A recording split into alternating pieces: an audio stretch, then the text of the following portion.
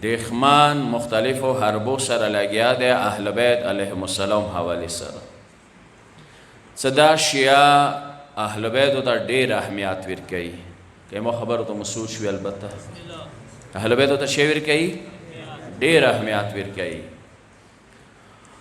آیا سوچ کوئ جمله ته موږ یا جذبتي شویو جذباتو کې راغلی یو چې نورو مقابلې کې اهل بیتو ته فضیلت ورکوو یا څه ثبوتونه مو سره شته چې هغو بنیاد باندې مو اهل بیتو ته ترجیح ورکوو مینه ورسره کوو محبت ورسره کوو.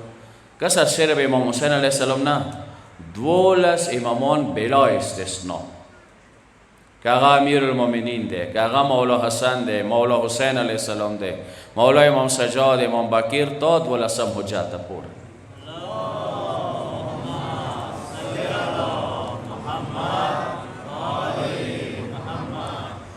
دا ګیله د مسلمانو شیعو نه دی چې تاسو ویلي دور اهمیت ورکوئ.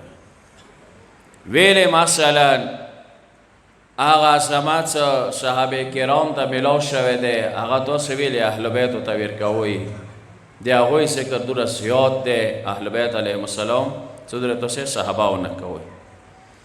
که څه خپل ځای کې صحابه او احترام هغه ټولو نه واجب دی چې پیغمبر سره مدد کړی دی پیغمبر نه ایمان راوړی دی جهاد یې کړی دی هجرت یې کړی دی و دغې لارې کې شهید شوی دی هغه مو دپاره ډېر عظمت لري هغه فضیلت قرآن کې اشته دی روایاتو کې اشته دی خو بیا دی باوجود مو اهل بیت علیهم السلام چو سه برابر نشو کوای.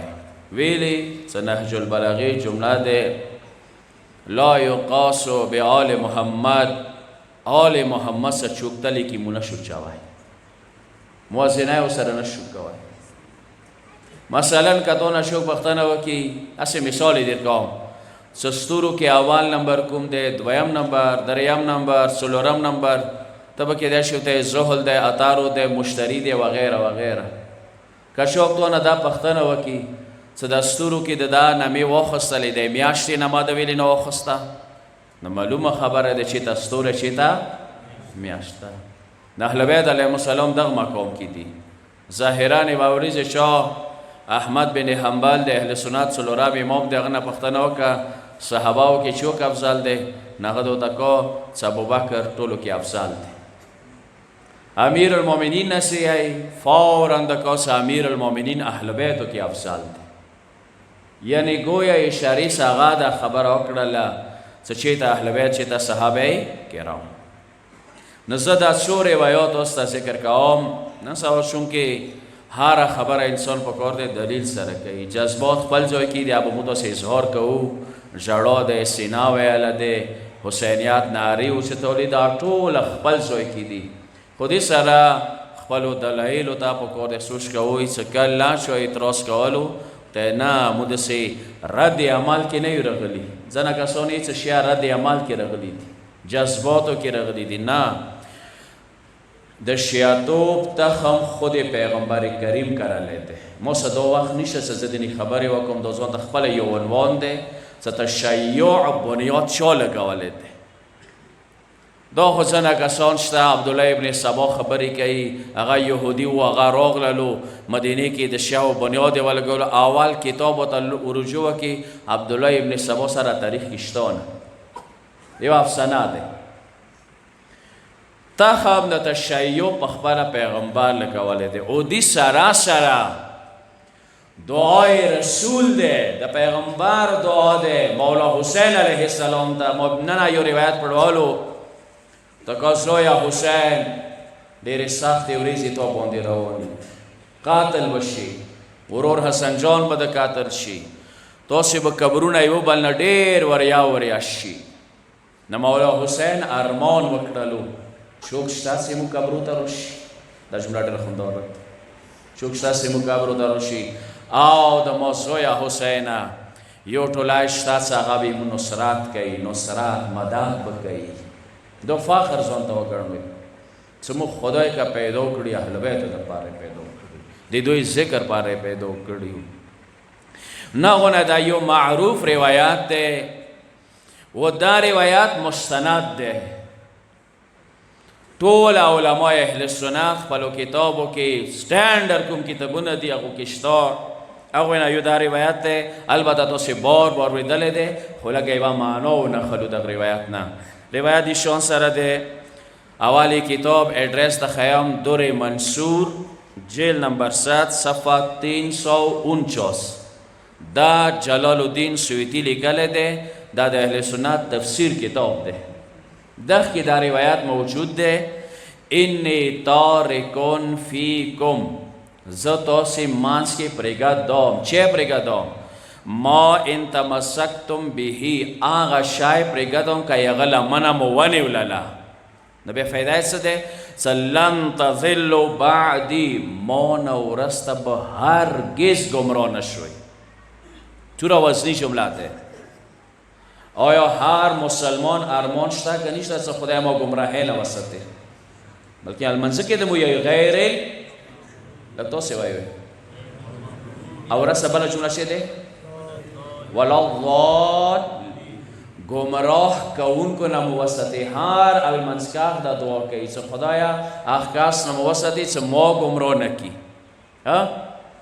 پیغمبر یې چې دعا سره سره اندسې منه پرېږدم، داسې شی درته پرېږدم که لمنې ونیسئ ټول کائنات را جمع شي، زه چلنج کوم چې تاسې به ګمراه نه شئ. خو شرط دا دی چې دغو دوو لمنه ونیسئ. کتاب نامه یې بیا د خیام در منصور جیل نمبر 7 جلال الدین سیوطي لیکلی دی. هغو نه یو چې هغه لمنه ونیسئ ګمراه به نه شئ. کتاب الله د خدای کتاب یعنی قرآن مجید، حبل ممدود من السماء الى الارض، قرآن دی الله رسه د اسمان از مکې ته. که سړی چوکیو ته وغورځېږي څنګه بیا رس کوي؟ رسې به ورشئ که څه رسې ونیسي. خو که رسې نه نسي خو بیا فایده نه کوي که ته رسې ورشولې ته ورته سترګې غړوي. یو یې رسې صفتونو کې څه ډېره ښه رسې دی. نو چیسته صفات کوي رسې ونیسه څه راز وکړي. قرآن مجید الله رسید اسمان از مکې ته، شرط دا دی چې دا رسې ونیسئ. نورم زه اسکوم، نورم ګمراهۍ نه زه ساتم، خو تاسې قرآن طرف ته راشئ. دا اول شی دی چې دې ذریعې سره انسان ګمراهۍ نه بچېږي. دویم شی دی که څه اوس ډېره مهمه جمله دی، تاسې دغه ځای کې جواب ورکولی شئ چې اصحابو احترام خپل ځای کې. ما بیګایه پړاو کې وویله بلال حبشي د هغه خاورې په کار د مو سر باندې کېږده، خو اطاعت یې مونې نه دی وجه. سلمان بزرګوار خاورې مو سر باندې اطاعت یې نه دی وجه. فضیلت یې خپل ځای کې دی. خو که سبا د هغې یوې خبرې ما مخالفت وکړو شرعاً کېدای شي زه ګنهګار نه شم. اما د حدیث کې څه یایي؟ و اطرتی اهل بیتی، دویم شای قرآن په شانته دی. که څه دا ډېره مهمه جمله ده. دا اردو کې مو مضمونو کې دا ټکی استعمالو اور ټکی استعمالو یعنی ورسته مخکې شی شی دی چې کوم حکم یې مخکې والا دی هغه یې ورسته والا دی. زه دوه شیونه پرېږدم که تاسې لمنه ونیولله تمسک مو ورسې وکړلو، زه رسول الله ګواهي کوم چې هرګز به ګمراه نه شئ. کتاب الله قرآن مجید څه اسمان از ځمکې ته رسېدی، یعنې ځمکې نه م اسمانو ته وسیتهیي، تیارو نه مو نور ته بیایي، ګمراهۍ نه مو هدایت ته بیایي، ملک نه مو ملکوت ته رسوي. دویم شی اهل بیت علیهم السلام دی. قرآن په شان ته دا یا رسېدی که دا لمنه مو ونیولله، زه رسول الله ګواهي کوم ضمانت مو کوم چې هرگز به ګمراه نه شوئ. صلوات محمد علی محمد.